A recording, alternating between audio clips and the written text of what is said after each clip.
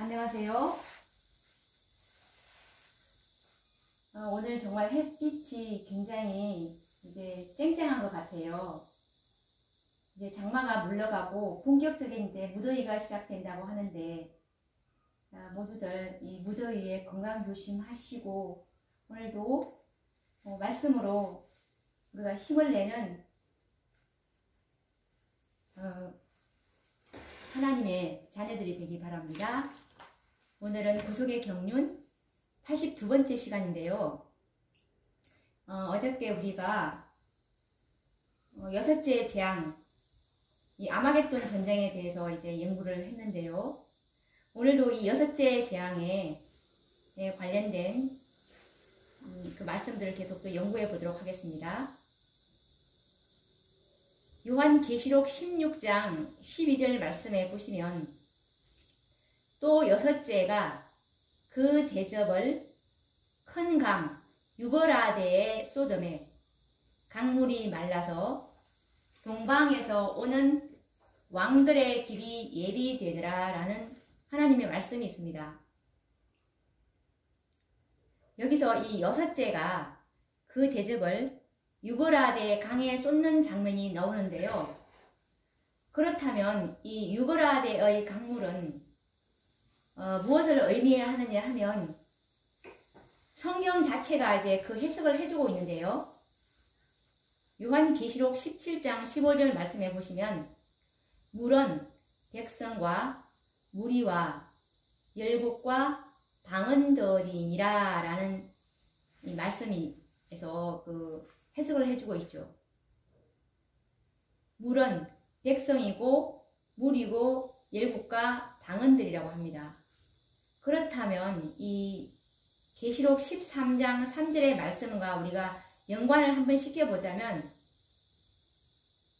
그의 머리 하나가 상하여 죽게 된 것 같더니 그 죽게 되었던 상처가 나음에 온 땅이 이상히 여겨 짐승을 따르고 라는 말씀이 있는데요.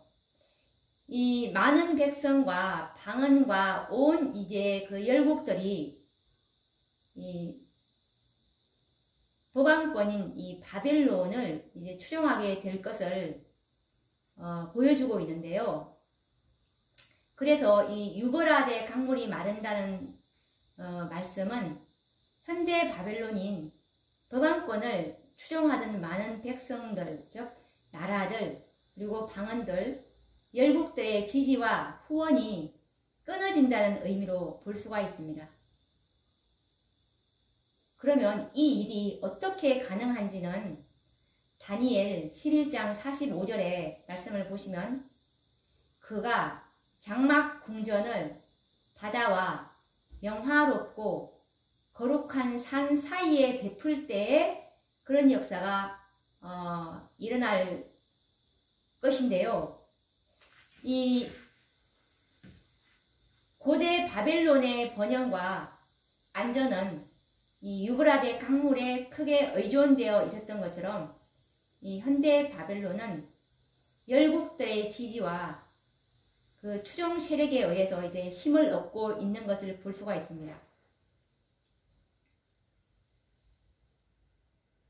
그러나 이 그가 장막 궁전을 바다와 영화롭고 거룩한 산 사이에 베풀려고 할 때에 그를 추종하던 나라들로부터 이제 지지는 철회를 당하고 버림을 받을 것을 성경은 예언하고 있습니다.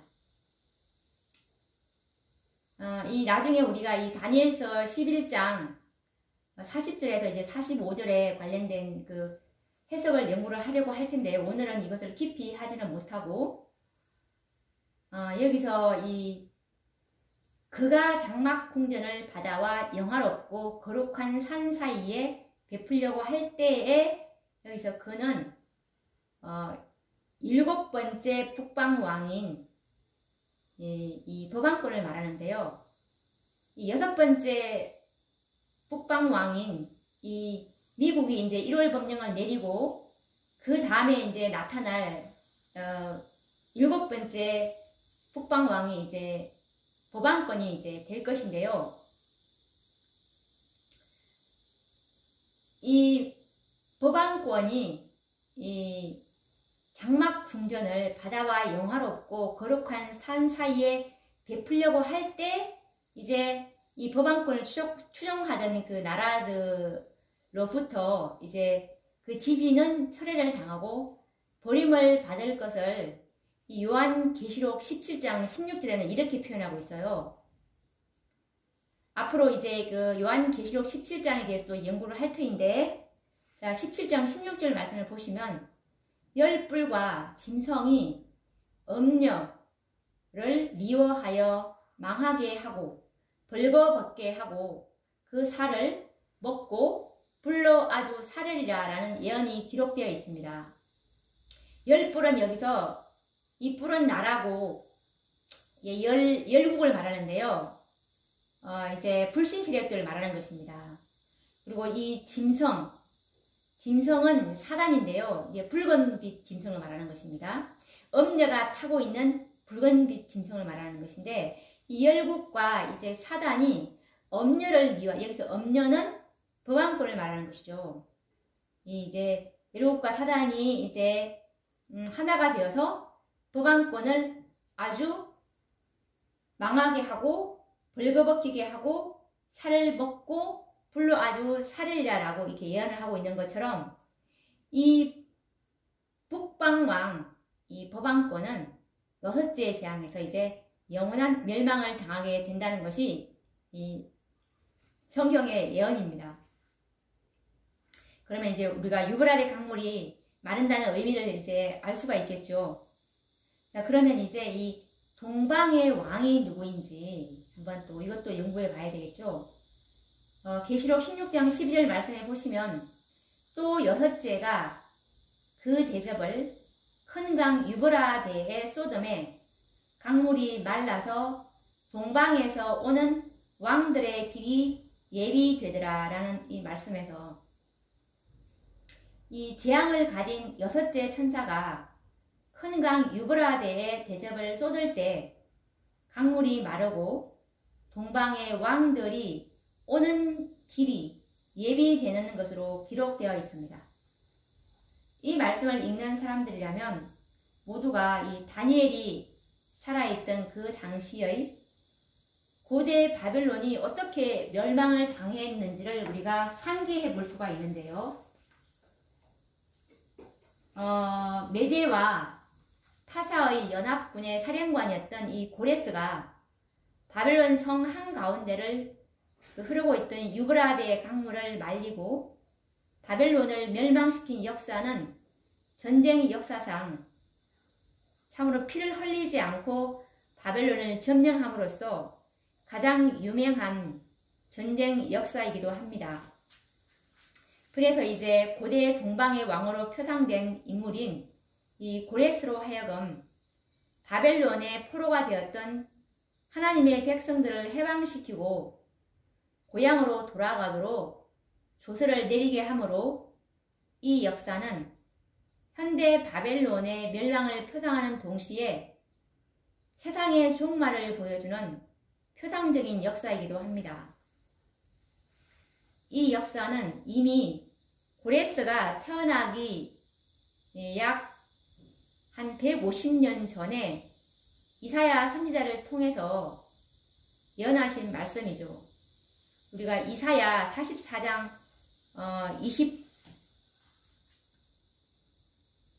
28절 그리고 또 45장 3절 말씀을 참조해 보시면 이 고레스에 대한 예언이 잘 나와 있습니다. 이 고레스를 통해서 동방의 왕으로서 예언이 성취되었던 것처럼 마지막 여섯째 재앙 때에 바벨론의 포로가 되어서 죽음의 공포 속에서 부러죽고 있는 하나님의 백성을 구원하실 그 동방의 왕은 누구겠습니까? 바로 그것은 짐승과 그의 우상에게 절하지 않고 오직 하나님께만 충성을 다하고 있는 그분의 백성들을 해방시켜줄 동방의 왕은 바로 그리스도이십니다. 바로 이 백마를 타고 당신의 백성을 구원하기 위해서 달려오시는 예수 그리스도가 바로 동방의 왕이신 것입니다. 계시록 19장에 보시면 백마를 타고 오시는 분이 계시는데요. 그 이름은 충신과 진실이라고 기록하고 있고, 그리고 이 백마를 타고 오시는 분은 공의로 심판하며 싸우더라라는 말씀이 있습니다. 그리고 이 백마를 탄 이분은 피 뿌린 옷을 입고 있고, 그분의 이름을 하나님의 말씀이라고 기록하고 있습니다. 그리고 그분을 뒤따르는 하늘의 군대들이 희고 깨끗한 세마포를 입고서 그분을 따르더라라고 기록하고 있는데 한번 우리가 확인을 해보도록 하겠습니다. 계시록 19장 11절, 13절, 14절 말씀입니다. 또 내가 하늘이 열린 것을 보니 보라, 백마와 탄 자가 있으니 그 이름은 충신과 진실이라. 그가 공의로 심판하며 싸우더라. 또 그가 피 뿌린 옷을 입었는데 그 이름은 하나님의 말씀이라. 칭하더라. 하늘에 있는 군대들이 희고 깨끗한 세마포를 입고 백마를 타고 그를 따르더라 라는 말씀이 있습니다.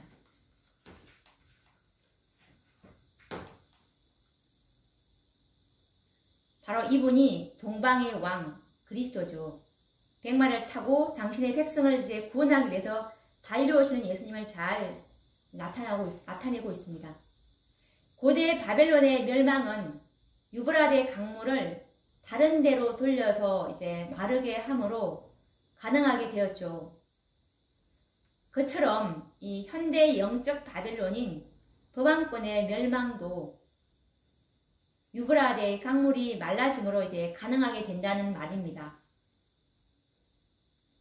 법왕권을 지지하는 이 많은 백성들과 그 무리들의 추종 세력이 이제 끊어지게 되므로 영적 유브라데 강물이 이제 말라야 동방의 왕, 즉 그리스도의 재림의 이제 길이 예비될 것입니다. 그러면 요한계시록 16장 12절 말씀에 보시면 이 동방에서 오는 왕이 아니라 동방에서 오는 왕들의 길이 예비되더라라는 이 복수의 표현을 사용하고 있음을 우리는 또 다시 확인을 해볼 수가 있는데요.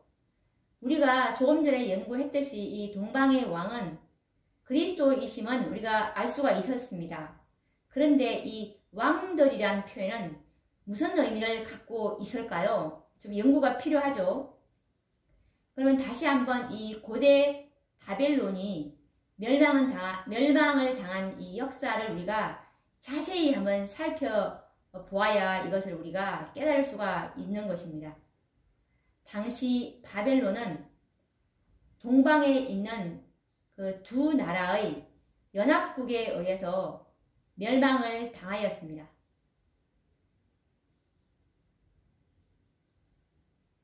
페르시아의 고레스 왕과 그리고 메대의 다리오 왕이었습니다. 이들은 조카와 외삼촌의 관계로 혈족이었죠.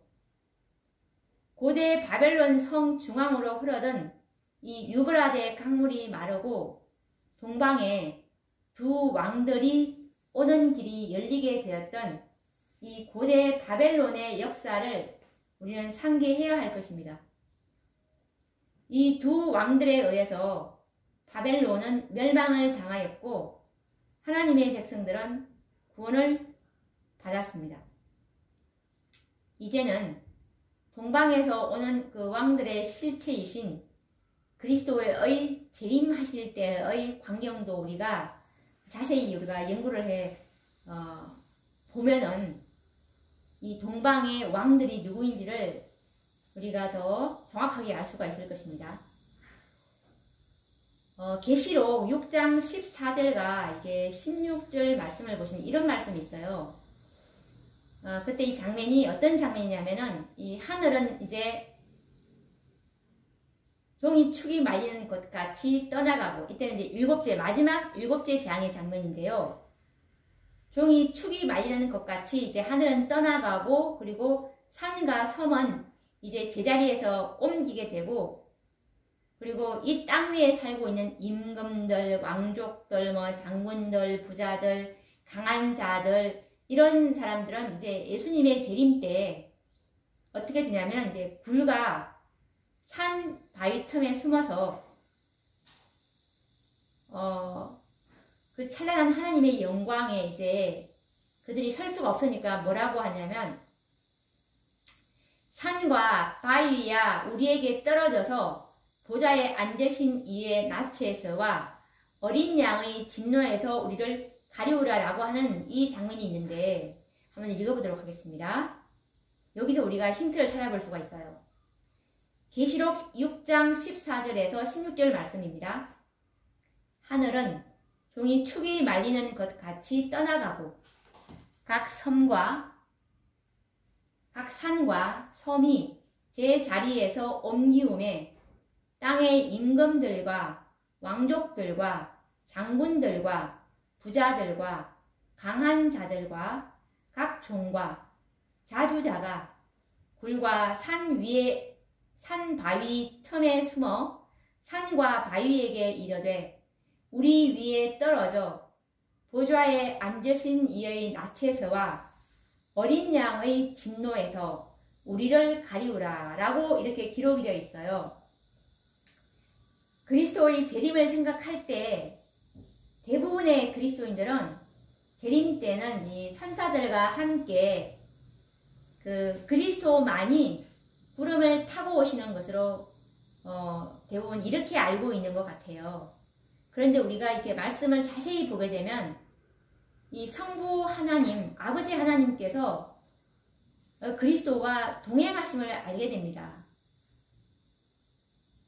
요한은 계시 가운데서, 계시록 아까 우리가 6장 말씀을 읽었는데, 계시 가운데 이 악한 자들이 그리스도의 재림의 장면을 보고 부르짖기를, 바위 틈에 숨어 산과 바위에게 이르되 우리 위에 떨어져 보좌에 앉으신 이의 낯에서와 어린 양의 진노에서 우리를 가리우라 라고 말하는 장면을 우리가 조금 전에 그 장면을 읽었습니다.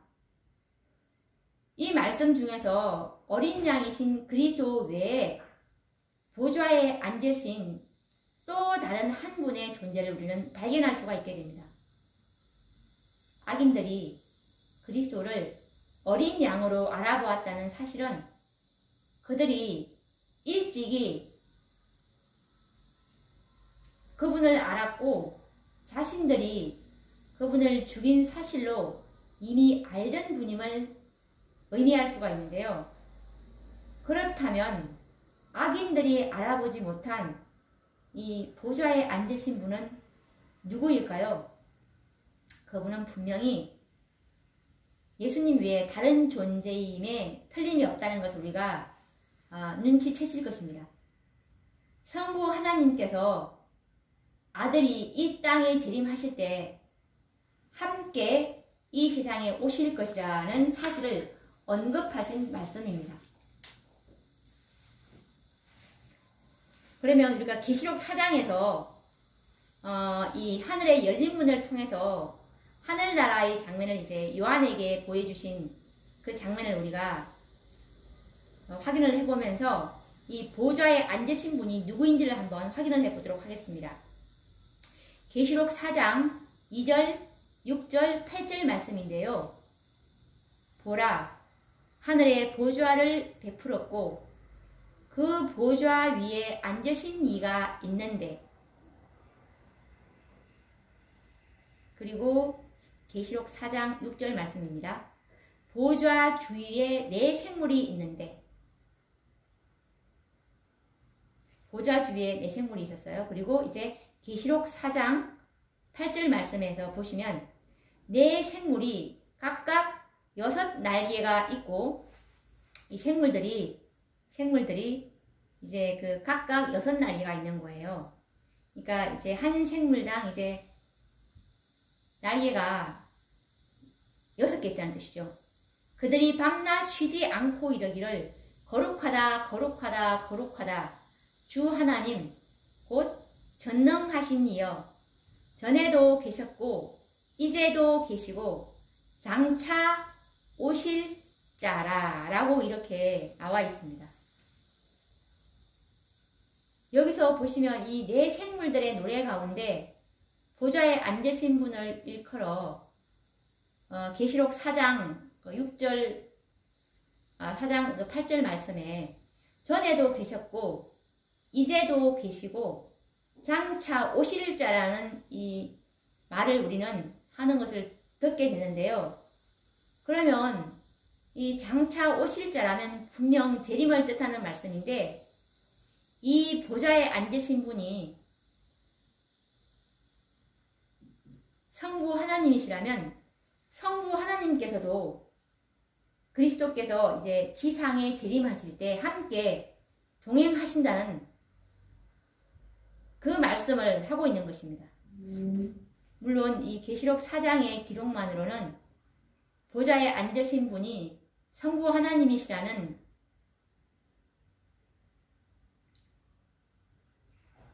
보장을 하기가 또 어렵다고 이렇게 느껴지는 분들은 우리가 또 연속적으로 하늘의 장면을 또 계시록 5장에서도 또 이렇게 보여주고 있어요.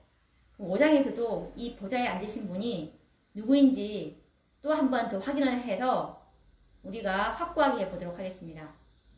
분명하게 이 보좌에 앉으신 분과 어린 양이신 그리스도를 구분하여 말씀하셨기 때문에 이 계시록 5장 1절과 2절을 보면은 보좌에 앉으신 분의 손에 7 인으로 봉함한 책이 있고 그리고 3절과 4절에는 그 인을 뗄 자가 없어서 요한이 울고 있는 장면이 나와요.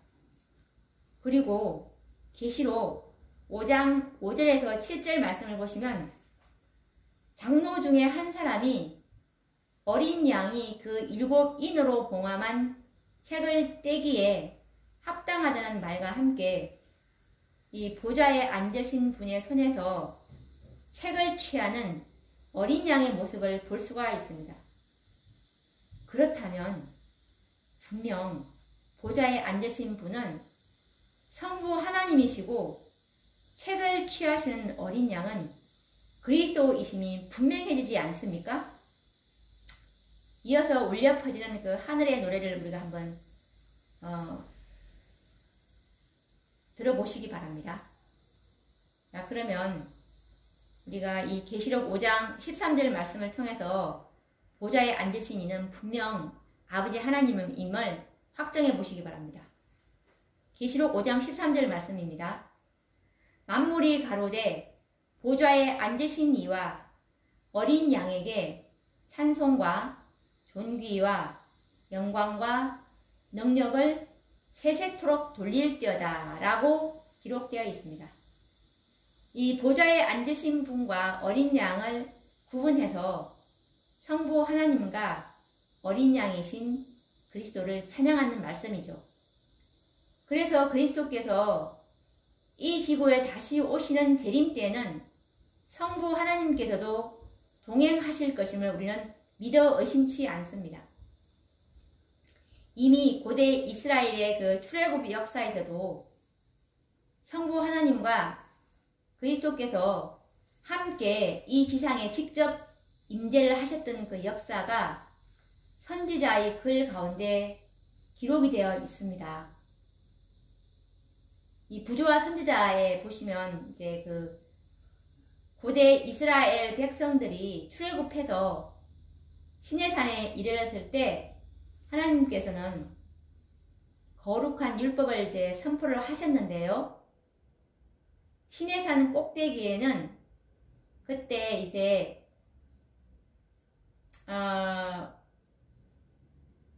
시내산 꼭대기에는 불붙는 연기로 이제 자욱하고 무서운 천둥 소리와 화염이 일어나는 가운데 이 아들인 예수님과 함께 성부 하나님이 그 산에, 신의 산에 강림하신 사실을 우리가 부조와 선지자를 통해서 우리가 확인을 해보도록 하겠습니다.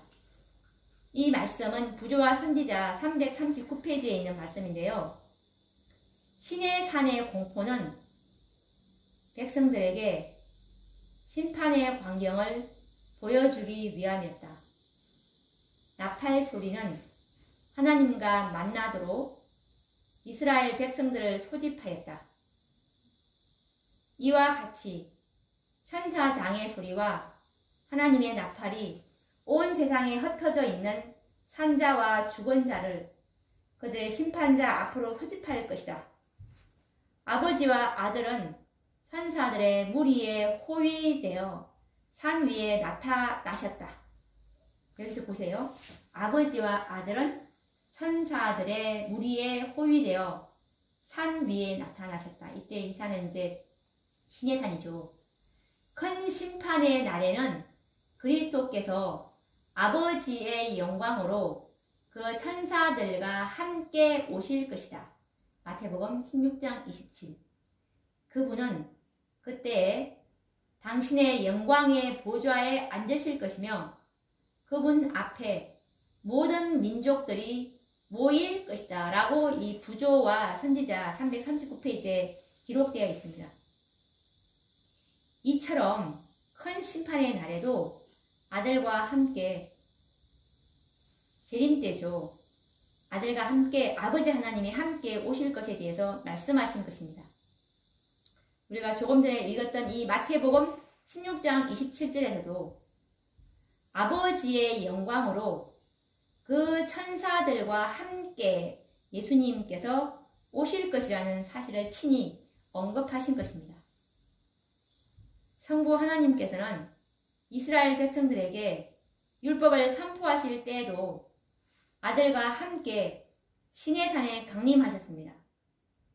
그렇다면 어찌하여 당신의 아들이 피를 흘리고 생명을 희생하여 구속한 당신의 백성을 데리러 오시는 그 영광스러운 재림의 날에 어떻게 아들과 함께 동행하시지 않겠습니까? 예수님 재림 때 이제 하늘이 종이축같이 말리고 산들과 섬들이 옮기는 그 날에 그리스도께서는 보좌에 앉으신 아버지와 함께 천천만만의 천사들의 옹이 되어서 이 땅에 강림하실 것입니다.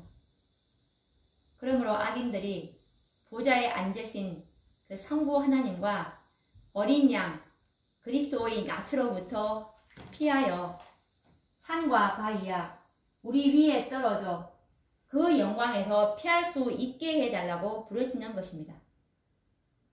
이처럼 영광스러운 그리스도의 재강림은 바로 유브라데 강물이 마를 때에 만왕의 왕들이신 두 분께서 오시는 길이 열릴 것이라는 말입니다. 고대 바벨론이 멸망하던 때에 고레스와 다리오 두 왕들이 동방에서 왔던 것처럼 그리스도의 재림 때에도 그리스도와 함께 성부 하나님께서 동쪽으로부터 강림하심을 보게 될 것입니다. 그래서 계시록 16장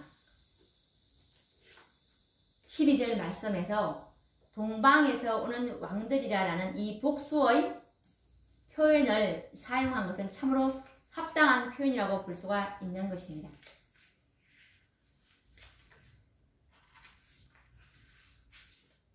그리고 오늘 이 동방의 왕들과 그리고 유브라데 강물이 마른다는 그 의미가 무엇인지에 대해서 이제 연구를 해 보았는데요. 이 계시록 16장에 있는 이 엿새장은 좀 난해한 부분도 많아서 연구할 부분이 좀 많아서 다음 시간에도 또 이어서 이 계시록 16장 이 아마겟돈 전쟁에 대해서 조금 더 부족한 부분을 조금 더 연구를 해 봐야 될 것 같습니다. 그러면 또 다음 시간에 뵙도록 하겠습니다. 감사합니다.